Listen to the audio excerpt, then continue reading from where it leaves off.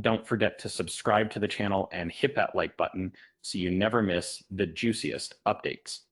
Have you ever watched a courtroom drama and wondered what it's like when high stakes cases unfold outside of Hollywood? Imagine this.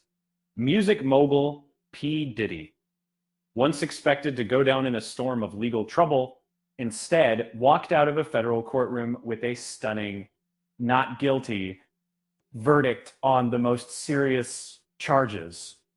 This jaw-dropping result wasn't luck. It was the product of a powerhouse legal team, uh, Brian Steele, Mark Agnifilo, and Tenny Gerados. Um, these attorneys aren't just big names on paper. They have a history of navigating some of the most convoluted and high-profile court battles in the country. And Brian Steele, for example, cut his teeth defending big personalities.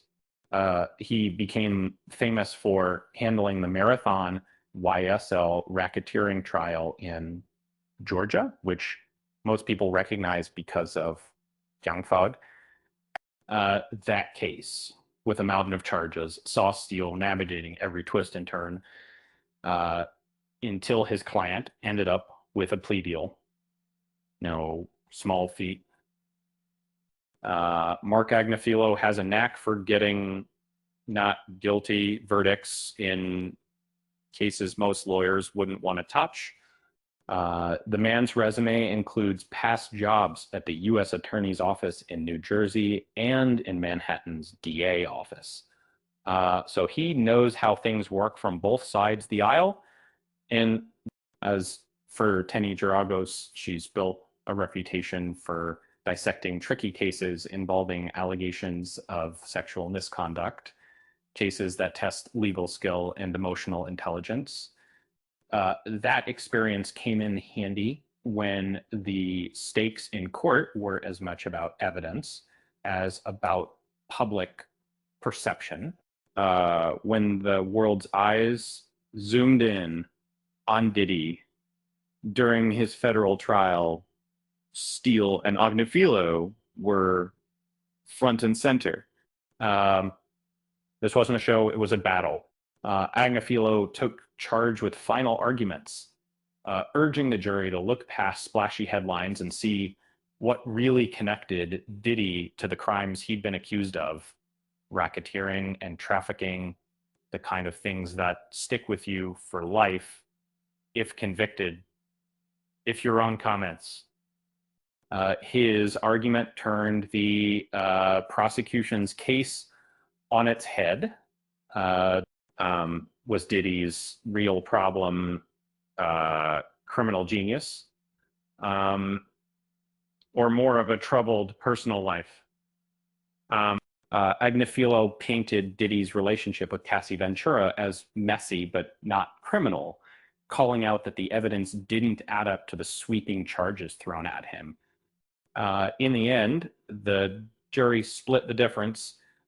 Diddy was convicted on lesser charges about facilitating prostitution, nothing to sneeze at, but miles away from the life in prison RICO accusations.